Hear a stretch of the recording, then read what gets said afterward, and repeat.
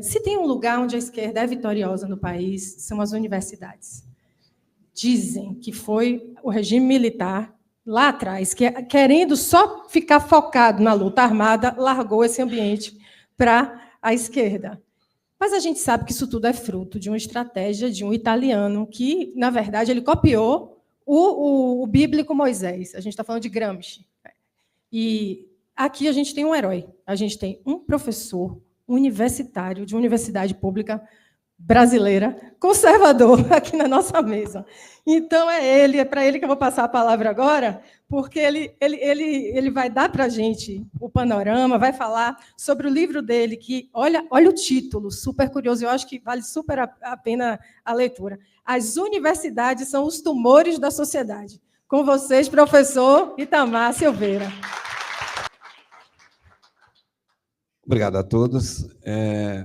Eu começo falando que eu sempre fui outsider, né? Porque na universidade eu era um fora do ninho. Eu não tinha ressonância dentro da universidade. E depois, fora da universidade, eu também acabo sendo um pouco... Bom, mas eu queria falar da questão da universidade, já que a Zizi citou essa temática. Eu tenho até um livro com esse título, As Universidades são os Tumores da Sociedade, até porque eu vejo que acho que todos nós já sabemos disso. E o grande problema que nós vivemos vem das universidades. Como dizia o Olavo de Carvalho, as idiotices, as ideias idiotas dos políticos não são eles que criam. Elas são todas criadas nas universidades. E como que elas são criadas? Aí vem o ponto que eu acho que é interessante de observar. E tem um dado bastante interessante que as pessoas que não são do mundo acadêmico não conseguem entender. Quando a gente ouve, por exemplo, os conservadores falando, olha para a universidade, nossa, mas aquilo é uma aberração, e aí já pensa logo que tem que tirar a estabilidade do emprego. Coisa de maluco, gente. Você vê o conservador falando isso, você tem que tirar a estabilidade de emprego dos servidores das universidades. Pronto, você deu a chave para a esquerda demitir todo mundo que não pensa como ela. Eu, inclusive, fui vítima de 2 processos administrativos na universidade e não fui demitido, não fui condenado, porque eu tinha estabilidade no emprego. Aí tem todo aquele rito para cumprir. É isso que protege os pouquíssimos conservadores que lá tem. Então, a primeira bobagem que o povo da direita pensa é achar que as instituições estão lá e que, por exemplo, na época do Bolsonaro, ele deveria demitir os reitores de esquerda e nomear reitores conservadores. Por que falam isso? Porque desconhecem a estrutura de funcionamento das universidades. Não adianta mudar o reitor, não adianta dar autorização para demitir, que vai demitir todos aqueles que são de direita, que não, e vai ter demissão de esquerda também, porque eles também têm um processo de autofagia, eles se devoram. Né? Mas temos que entender por que chegamos a esse ponto.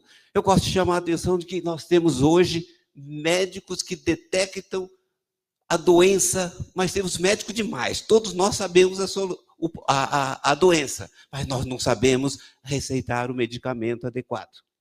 E o medicamento adequado, mas ele é muito, muito mais complexo do que nós imaginamos.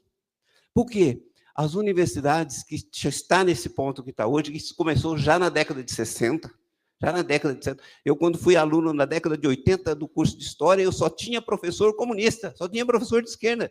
E esses professores foram formados na década de 60. Então, não imagine que esse é um problema do Fernando Henrique Cardoso, não. Esse problema vem lá de trás. Né? Aliás, Fernando Henrique Cardoso era sempre muito mal visto nas universidades, porque ele não era tão comunista como os professores gostariam que ele fosse. Né? Então, esse é um ponto. Eu, inclusive, na época, sempre votei no Fernando Henrique, eu era sempre malhado por isso. Então, é importante entender esse ponto, que isso vem de trás. Mas aonde é que está o torniquete ali? Onde é que está o funil? As universidades, inclusive, quando eu entrei na universidade na década de 80, sou velho pra caramba, né, gente? Eu não conseguia entender por que a tara dos meus colegas, né, dos professores, entrei na década de 80 como aluno, tá? Não confunda. A tara de querer criar revista científica, eu não entendia. Aí depois que eu fui entender, porque a marra está exatamente na revista científica. Tem um processo, até o meu tempo é muito curto, não dá para esmiuçar, mas quem não publica na revista científica não vai para o mestrado. Quem não vai para o mestrado não vai para o doutorado. Quem não vai para o doutorado não passa, não vai fazer, não é quem vai passar no concurso, ele não vai prestar concurso.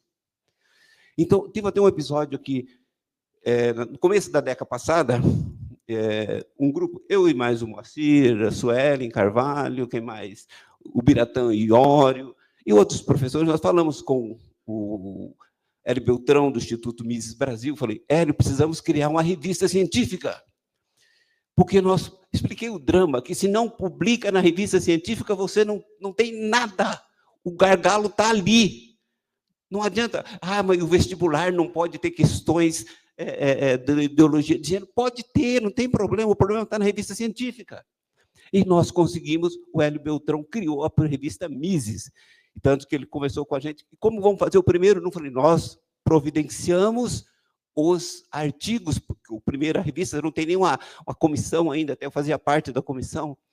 Aí mandamos, inclusive eu mandei um artigo meu, a Sueli também, publicamos. Aí precisava, agora nós temos uma revista científica, não era qualizada ainda, ela não tinha pontuação na CAPES, mas já servia para alguma coisa. Aí veio o número seguinte, falei com o Hélio, não, pode mandar os artigos.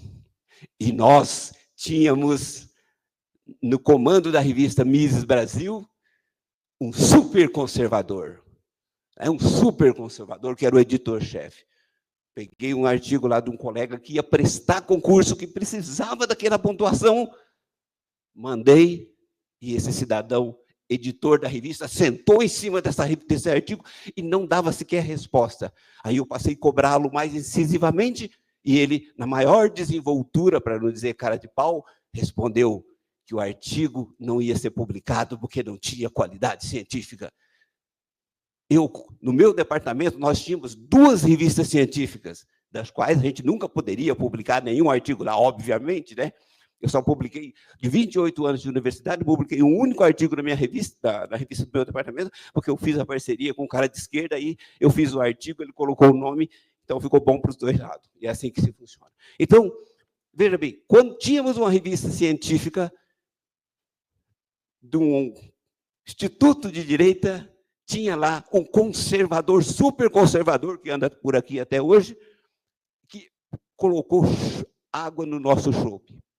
Então, por isso que nós temos que pensar no Instituto Solidez, e esse instituto ele tem que ter uma função bastante, digamos assim, muito além daquilo que a gente está visualizando imediatamente, né, que é preparar o candidato. Não, temos que ter essa perspectiva de criar mecanismos para que nós possamos desenvolver. E aí eu gostaria de chamar... fiz um roteiro com 2 pontos que acho que é interessante a gente observar. Corporações de ofícios e revista científica, para tratar da questão da universidade, né? Então, estou dizendo assim, que na universidade hoje, todos os professores as áreas mais importantes das universidades são as áreas de ciências humanas. Se alguém quiser, depois eu faço um vídeo exclusivo, posto no meu canal, só para explicar por que a área importante não é a medicina, não é a química, é ciências humanas, é as ciências humanas que mandam em todas as outras, inclusive na medicina, inclusive na vacininha, né? É bom lembrar disso. Bom, ela comanda todas as áreas. E é tudo muito fechado. Quem está de fora não entende. A universidade ela é de administração descentralizada, nas formas de sovietes. São os conselhos, Conselho de Ensino e Pesquisa, Conselho de Administração, Conselho Universitário. Eu, inclusive, fiz parte, eu fui membro do Conselho Superior de Ensino e Pesquisa durante 20 anos na minha universidade. Eu, dos 28 anos de professor, eu fui chefe 24 anos. E aí vem um ponto interessante, eu fui chefe sempre com cargos eletivos. Então, nós temos que ter habilidade, temos que ter, primeiramente, capacidade para tudo que nós fazemos, e termos habilidade de contar com votos daqueles que nos detestam. No meu departamento, era o departamento de História. Querem mais? Tem pior, Sociologia é pior. Mas o departamento de História, Pedagogia também é pior, tá? mas foi no departamento de História. E como é que eu fui eleito durante 24 anos por 2? Eu fui eleito 12 vezes por eles, porque você tem que ter a habilidade para mostrar ser viável. E aí vem um ponto que o Serrão coloca, que é interessante, nós temos que respirar antes das nossas atitudes. Nós temos que respirar para nós traçarmos ponto a ponto aquilo que pode ser feito. Às vezes, nós precisamos ter propostas que sejam capazes de agregar pessoas. Eu sempre, nas minhas aulas, eu tinha 3 públicos.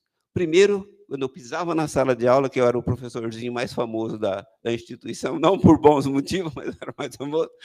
Então, eu já contava assim com 50% que me odiava. Eu sabia que me odiava. O cara nunca tinha visto a minha voz, mas me odiava. Aí tem lá uns 2% que gostava de mim.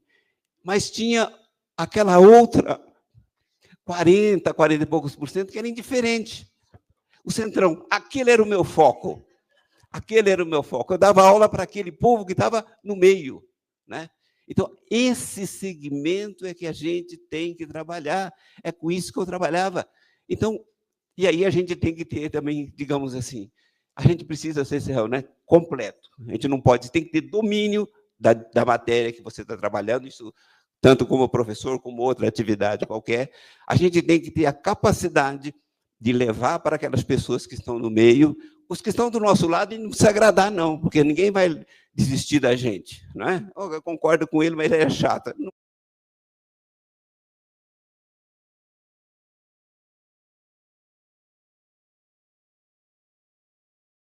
Tudo bem, não vai ter problema. Aquele que está bem antagônico, você também não pode passar a mão na cabeça dele, não. Você tem que bater forte, porque quem está no meio vira do seu lado. Exatamente, porque aquele radical de esquerda ele é extremamente chato sempre.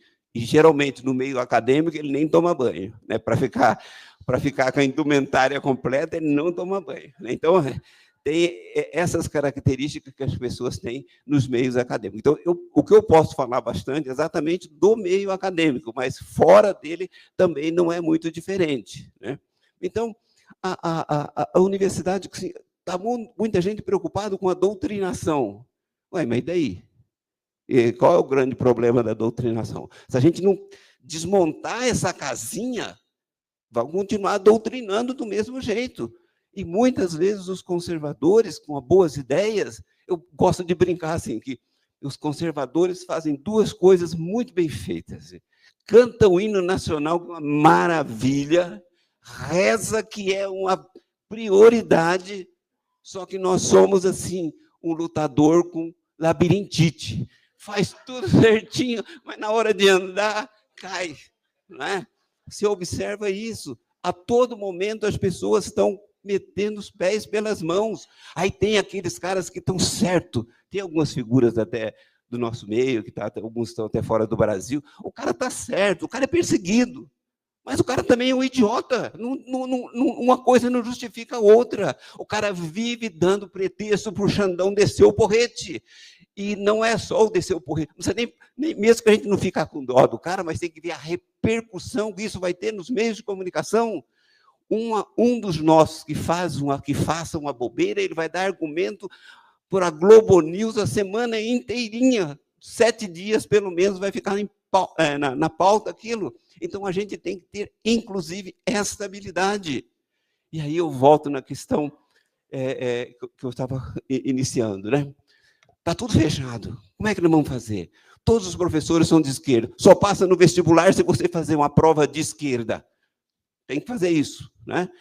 Você só vai dar aula no ensino superior se você tiver um currículo bom. E a turma da esquerda tem currículo bom porque eles têm todas as revistas. O último concurso do meu departamento tinha uma mocinha recém-doutora, mocinha mesmo, com 20 e poucos anos, recém-doutora, ela tinha 16 artigos científicos publicados. 16 lixos, mas era revista qualizada, revista bem conceituada. Ela tinha lá um professor que não seja de esquerda, ele não vai ter 16 artigos científicos publicados nem em 40 anos, porque ninguém aceita publicação. Ora, então não tem saída, né, gente? Não tem saída. Vamos nos jogar pela janela, mas aqui está baixinho, não vai ser suficiente. Aí eu lembro de um episódio na história, que é muito importante, eu acho que... Como é que as manufaturas se desenvolveram? Pega o caso da Inglaterra. Existia, como acho que todo mundo sabe, ou pelo menos uma parte sabe, as corporações de ofícios que controlavam o trabalho artesanal. Para você chegar ao mestre, a condição de mestre, você tinha que passar pela fase de aprendizagem e depois, mesmo com o mestrado, o título de mestre que você conseguia, você precisava do quê? Você precisava ter autorização da corporação. Cada oficina controlada pela corporação de ofício tinha, no máximo, 2 aprendizes, no máximo, 2 jornaleiros e um mestre, e um companheiro, só. Produzia muito pouco. Então, a manufatura, a oficina manufatureira, que era o trabalho dividido, não era mais o trabalho artesanal, era o trabalho subdividido, né? Todo mundo lembra da historinha da fábrica de alfinetes do Adam Smith. É o melhor exemplo que existe. Enquanto um artesão produzia sozinho no dia, no máximo 20 alfinetes, um operário na fábrica manufatureira, ele produzia, o equivalente a 4.800 alfinetes. Ele produzia o equivalente a 240 vezes mais. Ué, mas como é que esse cara na manufatura ele vai produzir nessa quantidade se a corporação não deixava ter... As oficinas artesanais tinham frente com as lojinhas de hoje. O fiscal da corporação passava olhando o quanto que estavam trabalhando, o que estava produzindo e que preço estava vendendo. Ué, e como é que surgiu as manufaturas? Fica uma questão aí. Aí vem um ponto interessante. As manufaturas não surgiram na cidade. As manufaturas surgiram longe das cidades, em beiras de rios, inclusive até usando a força da água como força motriz. Por que eu estou chamando a atenção nesse fato? Porque se as universidades estão todas controladas, e são as nossas corporações de ofícios de hoje, não por acaso exige o título de mestrado, o título de doutorado, né? Igualzinho a outra. Se estão todas fechadas, nós temos que desenvolver a manufatura. E a manufatura, nós vamos ter que desenvolver ela, pelo menos uma parte, fora da cidade, fora dos trâmites normais. Eu acho que nós devemos colocar todo o nosso material humano nas universidades, sim, mas nós temos que criar meios alternativos para desenvolver fora. Assim como foi a grande revolução industrial, foi isso. Não foi a corporação, não foi a oficina artesanal que se modernizou. Foi um outro tipo de oficina. Então, o Instituto Solidez, que é apenas um instituto, né? Mas que pode dar crias de outros institutos, que pode espalhar pelo Brasil inteiro, pode ser a corporação de ofício?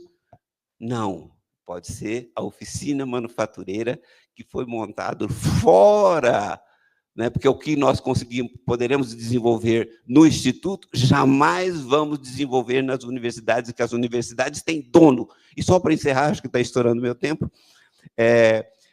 as universidades públicas, que eu conheço bem, mas não pense que as particulares sejam melhores, não, as particulares são piores. Que se eu tivesse numa universidade particular, eu seria demitido no meu primeiro ano de trabalho. Porque na universidade pública, você tem capacidade de resistir, porque nenhum chefe pode te demitir. Vai ter um inquérito, vai ter uma sindicância, um inquérito administrativo. A banca é sua adversária, tal, mas tem um trâmite. E quando termina tudo, o que tem lá? Mesmo que você seja condenado, tem um histórico, que depois você entra com esse histórico na justiça comum, né? Então, esse é o trâmite que a gente tem. Nós temos que pleitear, nós temos que lutar. E aí, só para encerrar, esqueça de lavar a alma. Temos que ter propostas concretas. Aquele discurso bonitinho que os nossos colegas fazem lá na praça, maravilhoso, não sou contra, não. Vou até pegar um exemplo, né? quem faz um discurso muito inflamado, o Van Hatten, né? Muito bom, eu admiro aquele cara desde quando ele não era, acho que ele era vereador, a primeira vez que eu vi ele na vida. Só que o discurso dele, com todo o respeito e admiração que eu tenho por ele, não avança, não faz a gente avançar. A gente precisa de dar um passo a mais, e para dar um passo a mais temos que ser capazes de superar os nossos adversários. E os nossos adversários são poderosos e estão em todos os lugares. Obrigado.